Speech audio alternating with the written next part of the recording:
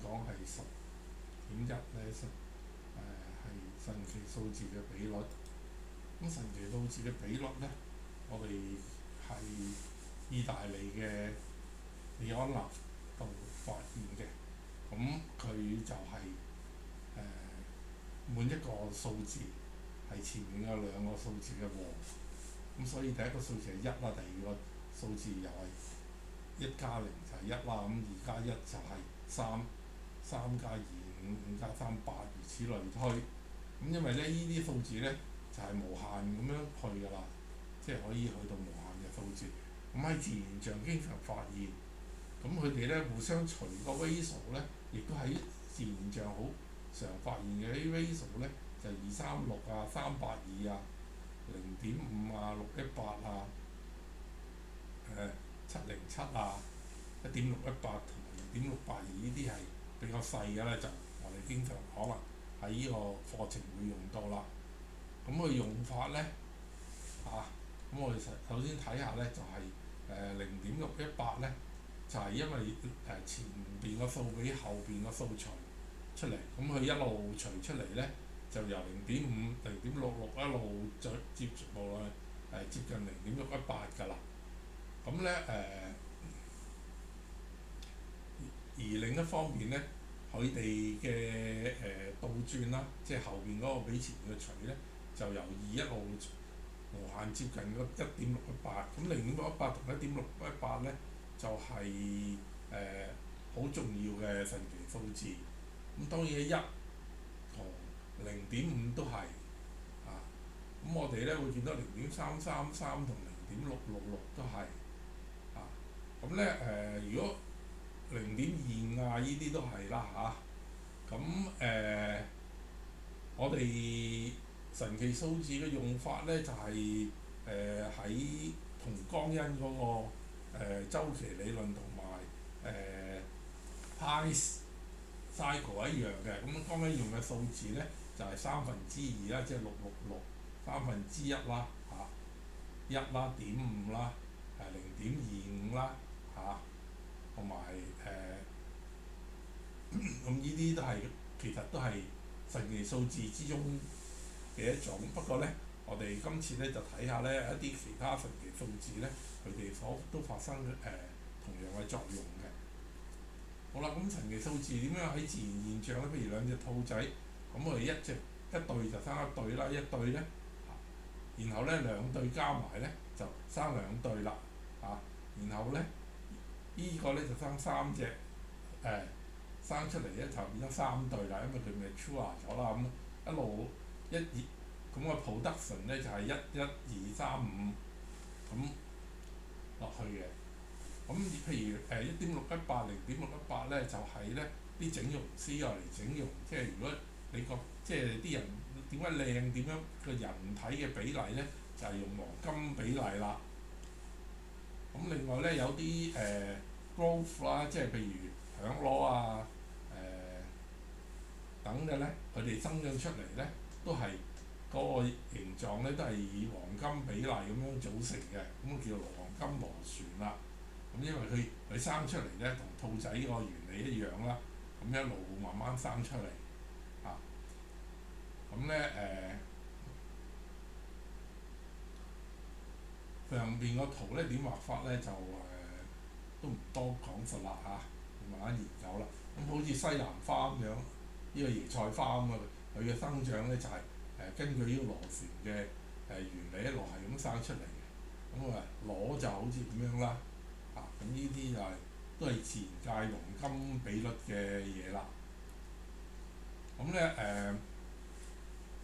如果我哋攞翻江恩話咧，一般趨勢運行嘅時間咧就3、5或者8日啦，長則8日長過8個日咧就3、5、8週，長過8週就3、5、8月啦咁啦。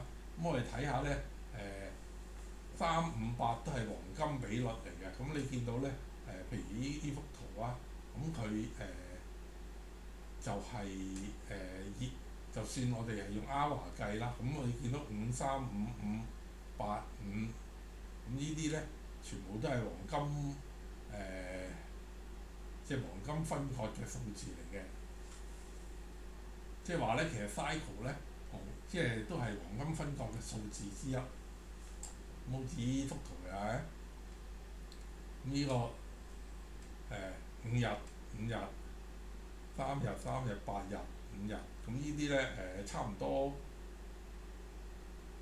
長啲嘅咧21、34、55咧，呢啲都係黃金比例嘅數字啊。譬如香港咧早10年嘅係55就係當年嚟㗎啦啊。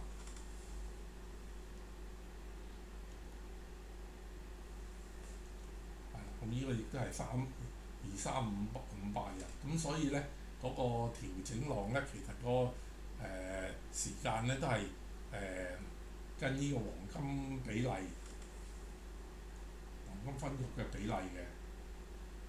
咁所以咧如果係江恩嘅 cycle 咧，咁你都可以用黃金分割個比率去睇啦嚇，咁都係可以差唔多要揾到出嚟嘅。咁好似幅圖咧，咁有時佢哋係用黃金比率嘅分割出嚟㗎啦。咁咧我哋計算未來嘅轉向日咧，亦都可以估一估係用黃金分割嘅比例嚇，因為過去係黃金分割比例，將來都會係啦。咁佢哋可能出現頂同底嘅機會咧，亦都係可以用黃金分割嘅比率嚟到計算，係啦。好似依幅圖就係我哋睇下咧佢嘅時間咧係0.618啊1.5，咁呢啲都係神奇數字嘅比率嚟嘅。咁咧，我哋睇下2005有轉向日咧，咁佢哋都可以咧用神奇數字比率睇到咧係與某一啲轉向日嚇之前嘅頂同底嘅日子係有關嘅。咁好啦，咁我即係話咧個 cycle 咧可以用黃金分割嚟到。咁既然自然界係出現好多黃金分割，咁 cycle 係自然界嘅產品都係一樣㗎啦。咁 Pi cycle 亦都一樣。咁啊 Pi cycle 咧咁亦都可以咧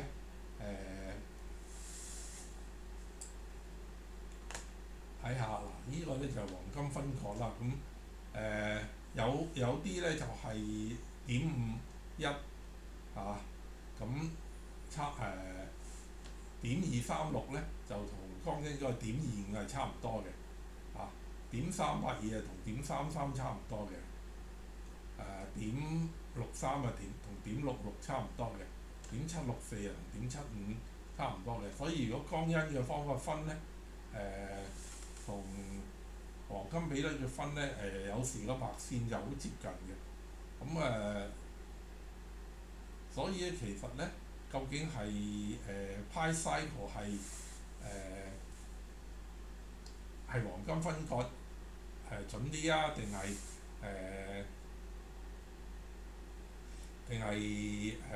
江恩嗰種方式準啲咧？咁我覺得咧就係你當你能夠掌握到Pi cycle 嘅理論咧，你就可以研究一下啦。咁咧就你見到咧呢個係如果即係可以愛嚟咧預測未來嘅浪走去邊，咁個調整浪咧咁通常係一係0.382，一係就係0.618。咁如果上升浪咧就可能係1倍啊、1.6啊。咁佢而家咧就可以用 January 嘅 range，即係呢個咧去估一估咁呢個係開市時段戰術啦咁去估一估佢嘅 target 喺邊度，咁可能向上或者向下。咁你見到咧，呢個咧亦都係Pi Cycle at work 啦嚇，但係用黃金分割嘅比例，咁有1.0嚇，即係4.236，即係我話齋如果係江恩個比例就4.25嚇。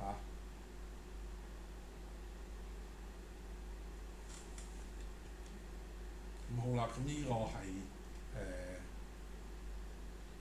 一個 target 嗰個retracement 啦，係點5.618，咁你見到點5同點618咧，都係對於嗰個Beams 個調整都係有阻力嘅。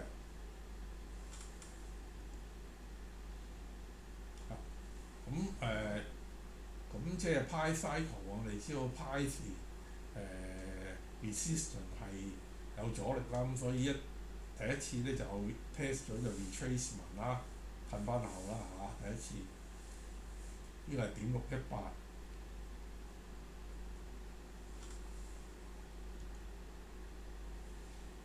咁呢個係3.382同埋點618，咁所以咧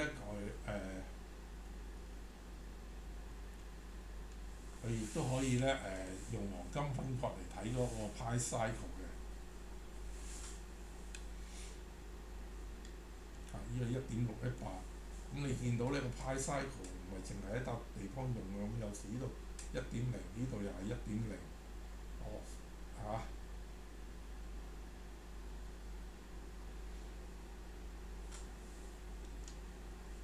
呢個亦都顯示嘅1.382呢個用佢嚟做 Pi Cycle。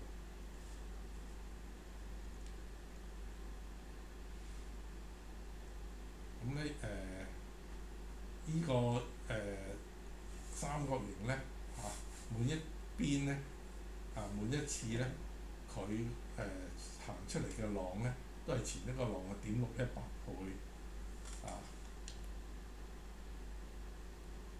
咁呢個亦都係咧 Pi Cycle 即係你用 January 嘅 range 嚟到度嘅時候咧，就會發覺咦，原來佢係1:1嘅喎。啱啱喺中間啦，即係話係啦。咁呢個亦都係啦。咁但係其實咧 Pi Cycle 用一個問題咧，就係因為佢太多啦咁每一笪地方你都預佢阻一阻，但係佢亦都未必 exactly 喺嗰度阻咁譬如呢度4.236，可能佢其實係4.25，所以爭咗少少都唔定。但係喺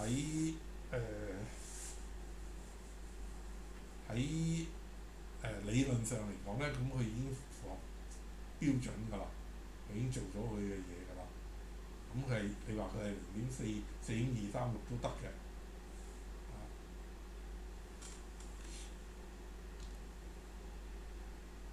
呢個就係點618同點382。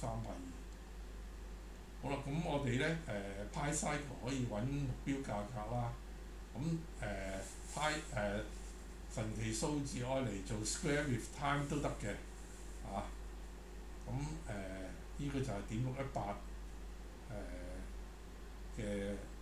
嘅線做 Pi square with time 都可以用佢嘅。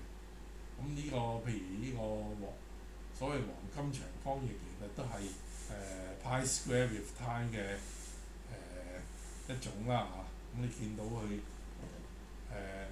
江恩嚟講或者乜嘢都啱嘅，因為啱啱係點5啊，點5就係 Pi square with time 㗎啦，去到嗰個 half cycle 都。咁呢個亦都係啦。只不過因為呢個冇點解佢長方形咧？因為其實嗰幅圖可以拉長琴片，咁你會 square 就 square 啦，長方就長方啦，一樣係咁嘅原理。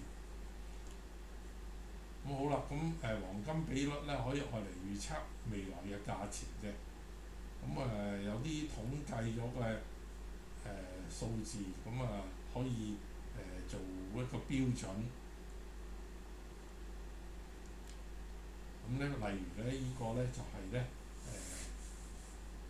每一個即係浪，即係一個 Elliott wave 嘅浪，佢裏邊每一個浪同其他浪嘅關係嘅統計。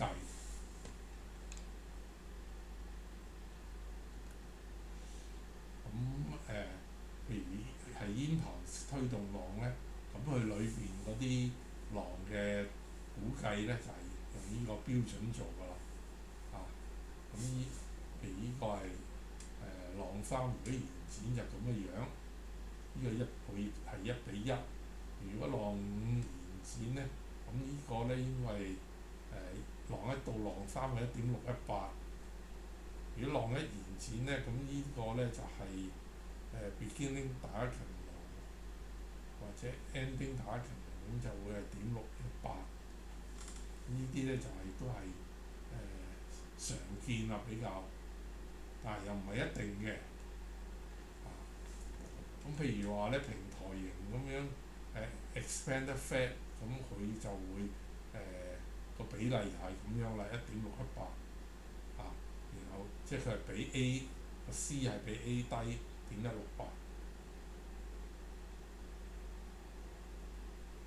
0.618。